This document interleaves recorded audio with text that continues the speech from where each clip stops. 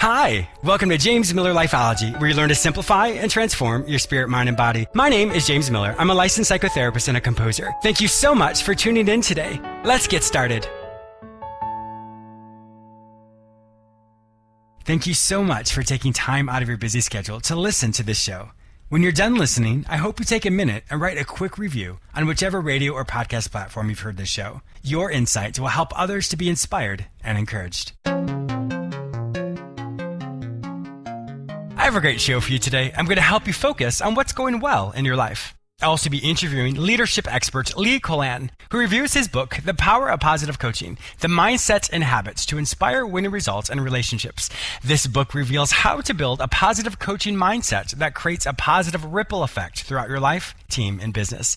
For more information about Lee, please visit thelgroup.com. You may also purchase his book on Amazon or in the previous guest sections in both stores at jamesmillerlifeology.com or at lifeology.tv.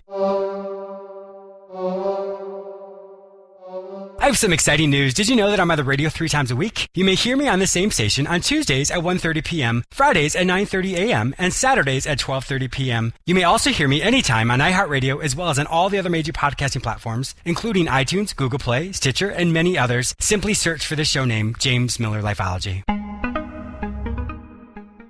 Are you struggling today to find your purpose? Has mediocrity set in and you can't imagine doing the same thing for the rest of your life? Are your relationships struggling or you aren't sure how to make long-lasting changes in your life? Then today, contact me, James Miller. I will help you recognize the areas in your life that are going really well, and then we'll look at the areas in which you are struggling. We will create actionable solutions to help you create long-lasting changes in your life. You don't have to do this alone. Go to my website, jamesmillerlifeology.com, and click on the page, Work with James. Fill out the form, and it will be sent directly to me. Don't let another day go by without finding your way. Your change can start today. Once again, go to my website, jamesmillerlifeology.com, and click on the page, Work with James. Fill out that form to get started today. Focusing on what's going well in your life. Have you ever been asked how your day is, and you lump it all together and say, it was the worst day ever? When we step back and look at that phrase, what you're basically saying is all 24 hours were horrible. And when we do that, we lump it all together, so those things that were good or were healthy or were enjoyable or fun, we forget about them. Why do you think that is? Did you know that it takes 5.6, so we'll round it up, to 6 positive or healthy things to negate a negative thing? So in other words, if you have a negative event in your life that day, it takes 6 positive things to counteract that. And that's pretty mind-blowing, because when you think about those 6 healthy things that you enjoyed, versus the one thing you didn't enjoy, it causes us to lump those things together to say everything was bad. Or in other words, it was a bad day. For example, you'll often hear this when it comes to New Year's. When people reflect on their year, they lump it all together and say, last year was horrible. It was the worst year ever. Now, you may have had 5 or 6 things you didn't like about it, but all the other days, all the other moments, all the other times were not as negative as those 5 or 6 things that you experienced. The problem is we often overly process or overly think about those unhealthy things or the things we didn't like. And then when we think about the things that we did enjoy or things we do like, we don't process it as much because it didn't take as much brain power. Well, that's not really how it works. But when we think of it more in an anecdotal type of way, we'll think of it as brain power. There was research that was done that showed that people would remember losing $50 more than they would remember winning $50. When we continually focus on the things that are not going well in our life, unfortunately, that's really all we're going to see. What I always tell people to do is this. In order to create those 6 healthy things or positive things in the moment is to use as many of your 5 senses as possible. What I mean by that is this. Let's say you're at work and you get into an argument with your boss and it really ruined your day. In order to counteract that, we have to come up with those healthy things or those things that we do enjoy. In previous episodes, I've talked about ways and how to compartmentalize what you're experiencing and be able to reset so that in the next hour or the next couple hours, you don't bring in what you've experienced in the past. And it gives you a really powerful reset. But today, I really want us to focus on the 5 senses to help us get out of our head.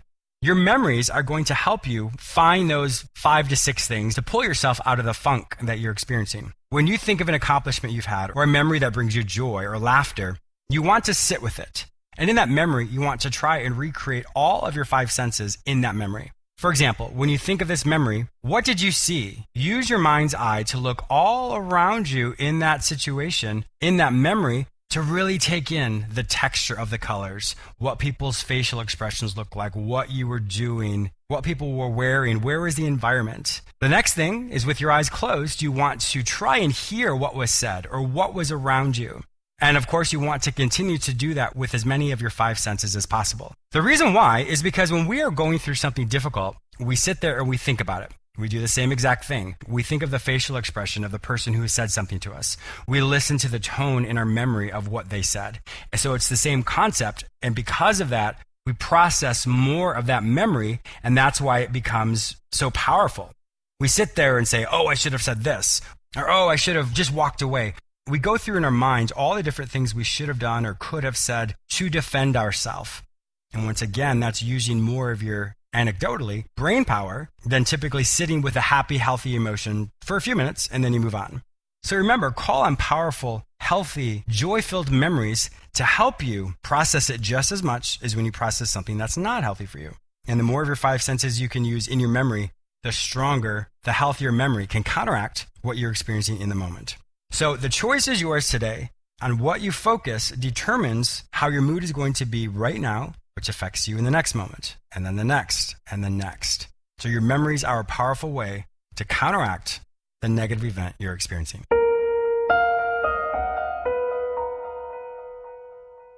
I wanted to take just a quick moment to thank you all who continually support and listen to James Miller Lifeology. I have been so blessed and honored by your continual support. However, I want to make sure that you don't miss out on anything exciting that's happening over here. So go to jamesmillerlifeology.com or lifeology.tv and sign up for the free weekly recap. Each week, I will send you an email which has all the latest radio episodes, YouTube episodes, magazine articles, and self-help products specifically for you. Once again, go to jamesmillerlifeology.com or lifeology.tv and sign up for the free weekly recap. Lee Colan and Julie Davis Colan co-founded the L Group Incorporated, a consulting firm focused on leadership. They have been working together for 20 years, have authored 6 books together, and have been married for 32 years. Lee is here today to review their latest book, The Power of Positive Coaching, the mindset and habits to inspire winning results and relationships. Welcome to my show, Lee. Hey, James, great to be here. Thanks so much. Yes, I am looking forward to this. Unfortunately, your wife was not able to join us, but I know that we're going to have a great show regardless. We will. Yes. Now, to be married to your wife for 32 years and working together for 20 years, now that is quite a feat. It is, and it's a test and a feat, and you'll learn the importance of role clarity. Just like you want role clarity in a relationship, you want role clarity in the work setting too. So we've gradually morphed and figured out how we do that, and so we've had clear roles, and actually over time the roles have started to kind of morph a little bit. So we're just kind of like any relationship; it's organic, and we just kind of go with it and grow with it. Yes. Well, obviously you guys are experts in your field because you recognize the importance of roles in your marriage, not only in that, but also in your firm as well. Absolutely. So now your book, The Power of Positive Coaching, we're going to jump into that in just a second, but my listeners always know that I love to get people's origin story. Sure. How did you fall into this, or how did you realize that you had the affinity for being a leadership expert? Yeah, I was in college. I was a psychology major, and that only told me one thing: that I needed to go to graduate school. So, Exactly. So when I went to graduate school, I still didn't know what I wanted to do. A 22-year-old kid, and so I decided to get a doctorate in industrial organizational psychology. Oh, great. Mainly because it was a nice specialized doctorate, and still left me with a very broad broad areas. I could be in validation or test selection, or in leadership, or I could be a consultant, I could be a corporate executive. So as I've kind of just morphed over the course of my career and really through my life, as I looked at, I've always liked to kind of step into leadership roles, even if it wasn't my formal position. And so I just became a student of that. And then over time, as we started the firm 20 years ago, we just decided to make that our niche. So in fact, the tagline of our firm is leadership at every level. So it's not just at every level of the organization, it's every personal level. So our logo is 3 stacked L's, and it represents the 3 levels of leadership, which is your personal leadership. And we believe leadership's an inside job. So it starts with your personal leadership first, then moving out to your team leadership, then to organizational leadership. But a lot of times people think about and learn about kind of the team and organizational leadership things, and really it starts on the inside. What's your character? What are your values? What do you really stand for? And really understanding your kind of your own thoughts, your own emotions, your own purpose first. So we love kind of working with people from the inside out and working through that. So it was really just an evolution of how we got to this point. But over the past 20 years, we've been pretty focused on it, and we've enjoyed making hopefully a difference in people's business, but really more importantly, a difference in their lives. That's amazing. Congratulations. Well, now, you guys have done 6 books together, which is phenomenal. Yeah. And now today's book that we're going to talk about is The Power of Positive Coaching, the mindset and habits to inspire winning results in relationships. How did this book even come about? Or rather, how did you know there was a need for this book? Well, coaching has undergone this paradigm shift over the years. 20 years ago, coaching used to be like a scarlet A. Like people would say, "Oh, Lee's got a coach." Like I had something wrong with me because it was remedial. Now, if a client doesn't have a coach, they feel left out. So it's gone from a scarlet A to a badge of honor. Yes. So we knew that a lot of organizations, they've been using external coaches, but the fact is, most organizations can't afford an external coach for all their people. So we wanted to write this book to equip organizations and leaders so they could elevate their coaching game so that they could just become better coaches themselves and create a coaching culture within the organization. So that was the essence, kind of the backstory of the book. Perfect. It makes sense. So in other words, this is pretty much a guideline for individuals to really increase and kind of up their game in their own coaching life. I guess depending on, it doesn't really matter on what level they are in their organization. That's right. Perfect. That's right. You focus a lot on just the power of positive coaching, just the mindset. Tell us more about that. Yeah, and absolutely. And my wife's one of a few experts in the world in positive psychology. So we try to bring the research and application of positivity, which can sound soft, but there's a lot of science behind how our brains work, how we react and all that, as you well know. So we use that as the foundation of the book. And then the beginning, just as I mentioned before, as leadership is an inside job, it starts from the inside, then out. Even to be a great coach, you have to bring a positive mindset to the table before you can worry about applying positive habits. We always say you have to get your mind right before you get your team right. Yes. So the first part of the book is really about the 4 levels of awareness to create a positive coaching mindset. And let's be real, it's not just about coaching. It's a positive mindset for any interaction you might go into with your kid, a colleague, a worker. It doesn't matter. Before we actually get started, so let's explain positive psychology, because that is something, people know about psychology in general, but the concept of positive psychology, not all of my listeners know what that is. So since your wife isn't here, how about you share with them what that means? Yeah, I think I could do it justice, hopefully. So, for years after World War II, we worked a lot on understanding dysfunction because people came back from the war a little bit messed up, honestly, right? We had to understand how do we kind of get them back to neutral, if you will, just to kind of be reasonably functioning. And it was just about 10 years ago that Martin Seligman, the president of the American Psychological Association, said, you know what, we've got that figured out now. We've got to figure out what gets people from neutral to thriving, right? So it's really not understanding dysfunction, but what are the aspects of people that help them thrive? So that's really kind of the positive psychology versus, if you would, like negative psychology. That's really kind of the essence and the genesis of the field. So it's really looking at people's about people's emotions, about their relationships, about their sense of meaning, those types of things to understand what we could do if we're reasonably functioning at the midline, if you will, and then how do we elevate our game above that? And so there's plenty of research that's kind of supporting that over the past decade, and not just research, but application on things you could do to live a thriving life. Exactly. And that's really what the foundation of my show is about, is a positive psychology aspect of it. For some listeners who want to hear this in more of a practical way, you take a coin and you bring a coin to your eye, and the closer the coin gets, that's all you see. But if we focus on those things in our life which bring us despair or sadness or lack, then that is what we focus on. Our focus determines what we feel. Our feelings determine what we do. So when the concept of bringing a coin to your eye, the closer it comes, that is what you're going to see until pretty soon that's all. It literally covers your eye. And so that's the concept of that as well, is you can flip that coin and focus on everything that does not go well in your life. And that is what your life looks like. Absolutely. I've had a lot of clients who struggled with looking in their life because they focus on what is not going well as opposed to what is going well. And with that, they get lost in that and consumed with it. And that's when they often find there's no way out. That's right. Bottom line is that we see what we look for, right? And so it's a choice in our mind whether we're looking for. I would say if you look for the drama in your life, you're going to live a soap opera. If you look for the humor in your life, you live in a comedy. It's a choice. It's a choice. It is a choice, yeah. And it's funny you say that because I say every day is like a movie. Some days the movie it's the romantic, cheesy, Lifetime movies, or other times, it's the drama, whatever it may be. But the great thing is you get to determine what you do with that information. You are the director of your life, and so you can always map that out in different ways in your life. Absolutely. So let's jump into the aspects of positive psychology, of how you help people create their positive mindset. Sure. So again, there are 4 levels of awareness. You have to really know your thoughts, your purpose, your values, and your emotions. So if you bring a deep understanding of those, you bring your best self to the table, whether it's, again, in a coaching relationship or any interaction. But really, you've heard the old saying that the most critical form of knowledge is self-knowledge. Mm-hmm. So really, this is just breaking down that self-knowledge into these 4 areas of your thoughts, your purpose, your values, and your emotions. The thoughts itself, help us understand more about that, because everybody has a thought, but not every thought is relevant. Not every thought is applicable. Right. How do you help people hone in on that? Right. And listen, we live in this information-rich, time-poor world, right? We're moving all the time. And many times people don't think about thinking, right? Mm-hmm. They don't think about their thought life, but that is absolutely what is dictating how we perceive the world, because we all have bad stuff happen to us every day. We have ups and downs.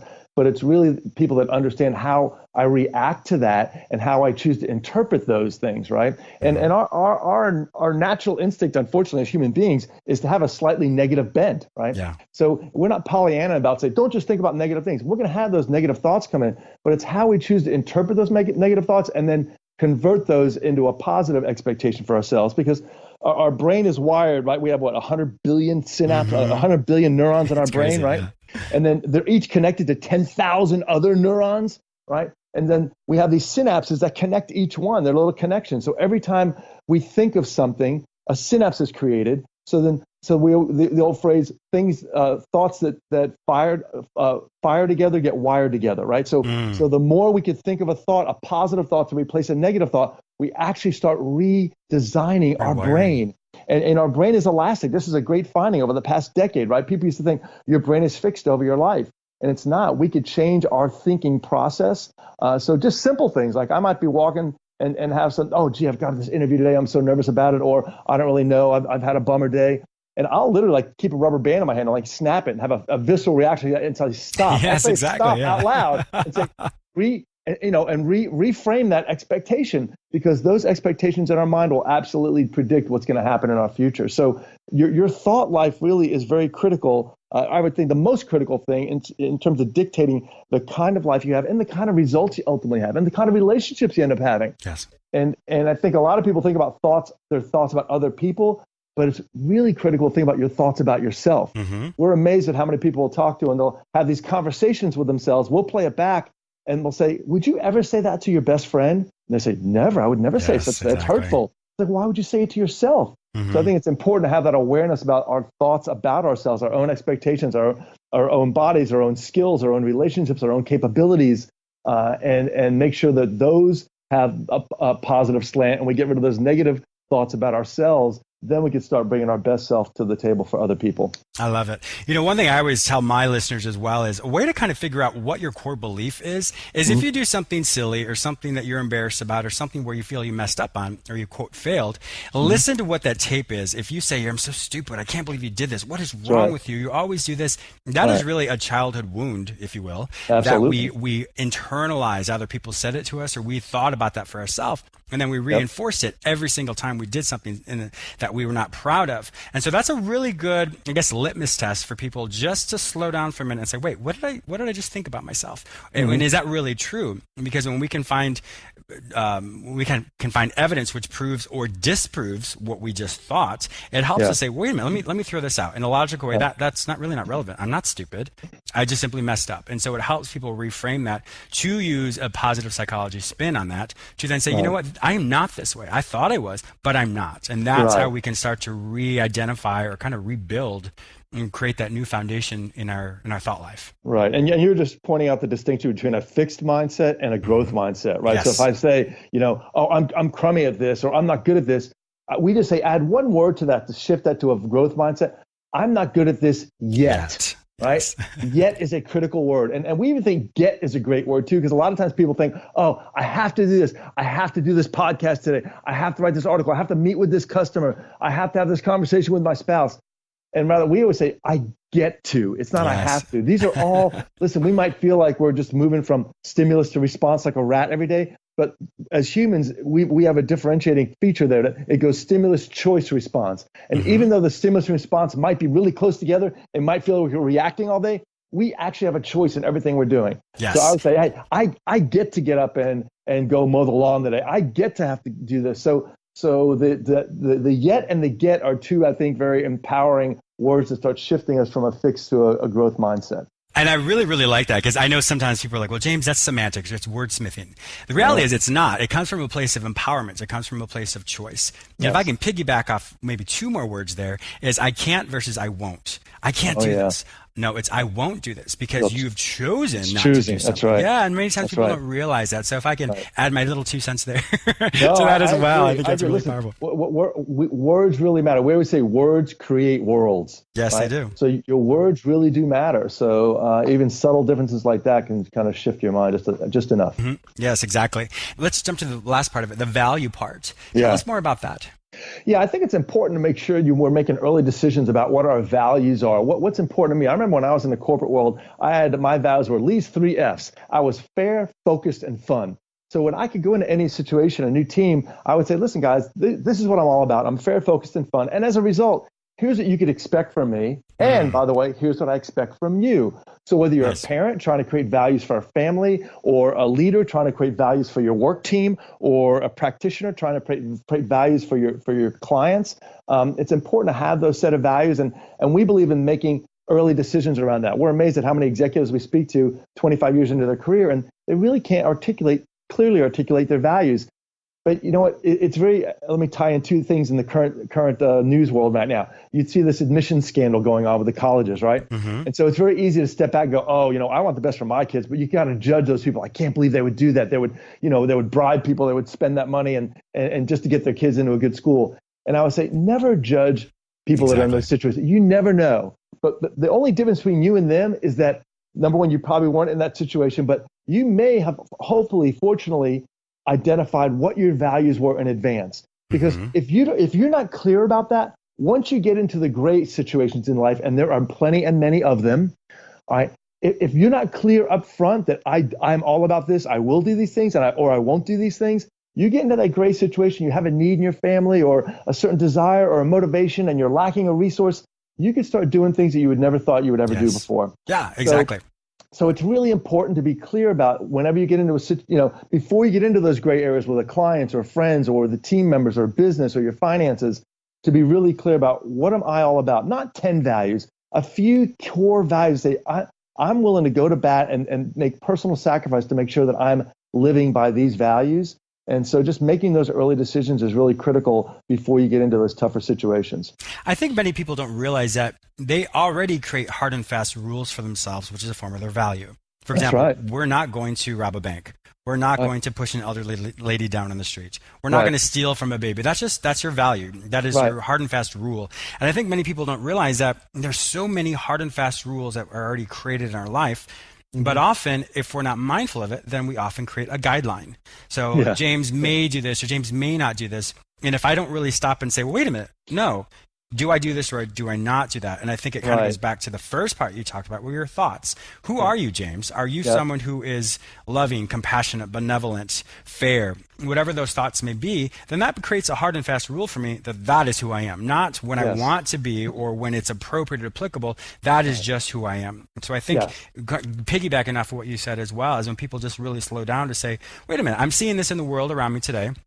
I don't know what I would do, but let me extrapolate that. Am I someone who is on the up and up all the time? Or am I someone who loves my child? Am I someone who would do what I can for them? And so it starts to take every life lesson around us, slows it down to say, well, let me look at my value system. Doesn't mean I've been in this position, but I can learn from that. And I think your book and what you guys teach really helps people slow everything down to say, what am I learning about my life and how do I apply it, which then I can now teach it to other people as well. Absolutely. When we say your values are non-negotiables, right? So you can't have 10 non-negotiables. So what are the few real non-negotiables? because they're going to get tested. And that's when you really know what your values are, when they get tested. You talked about like moving around, going fast, and all that. And one of the things back on thoughts, James, is about making sure we're finding time to create mental space for ourselves. Because that's when we could really step back and off the treadmill of life and say, you know what? I had this tough situation this week. Let me see what does that tell me about what my really values are, and what do I need to stand for? Do I need to shift things or change things, or does that solidify my thinking about that? But just finding some place. My daughter, when we moved into our new house, she had this little area with a white furry carpet and a pink chair, and she called it her chillax zone, where she could chill and relax, right? I'm thinking, well, she's 8. She doesn't need to chill and relax. I need to chill and relax, right? But it was great, though. It reminded me that we all need a chillax zone. We all need to find a place. I don't care if it's taking a walk in the park. It could be in the shower in the morning. It could be a quiet place where you pray or meditate in a separate room in your house. It could be just your drive home. But sometime when you turn off the world, all that input, and just think about thinking. Think about your thoughts. Reflect on your day. Plan for your next day. Be intentional about that. See what lessons you can gather. So that if you don't have that kind of time in your life, it's going to be very hard for you to be clear about your values. So these are all very tied together, right? Understanding your thought life helps you kind of be clear about your values, your emotions, and your purpose ultimately. That's absolutely wonderful. It's essentially a form of a debrief. After every meeting, you need a debrief to say, okay, what was the takeaways? What's on the agenda for our next meeting? And so when you can create that debrief time for yourself in whatever healthy format, that's how you're gonna grow. And so absolutely, I just really agree with everything you said. Unfortunately, our time is up. It has been an absolute pleasure having you on my show today. If my listeners would like to find out more information about you and Julie, and to work with your organization, to purchase this book, The Power of Positive Coaching, The Mindset and Habits to Inspire Winning Results in Relationships, where would they find all this information online? Yeah, you can go to the lgroup.com. It's the word the, and then the letter L, then the word group, the lgroup.com. And even easier, you could just text the word leadership to 444-999. Excellent. And they can purchase the book there as well? Absolutely. My listeners also know that if they're not able to find it any other place, they can simply go to both stores at jamesmillerlifeology.com or lifeology.tv in the previous guest sections, and they can purchase the book there directly through Amazon. Lee, thank you so much for being a fantastic guest on my show today. I really appreciate your time. It was my pleasure, James. Thank you. I also want to thank you, the listener, for tuning in today. Please subscribe to this radio show through whichever portal you joined with us today, or please go to my website where you may sign up for my free newsletter, watch my YouTube episodes, read the articles I've written specifically for you, or you may enroll in the Lifeology Academy, where you can take self-directed courses which will help you simplify and transform your spirit, mind, and body. If you'd like to personally work with me, be a guest on, or advertise on this show, simply visit jamesmillerlifeology.com. Be sure to follow me on all social media platforms under the name James Miller Lifeology, except for Twitter, which is James M. Lifeology. Once again, thank you so much for your support, and I'll talk to you soon.